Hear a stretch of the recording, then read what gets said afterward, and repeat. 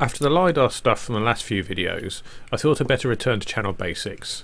So this one is having a go at fixing a friend's drum kit bracket using a zinc-aluminium alloy called ZL12.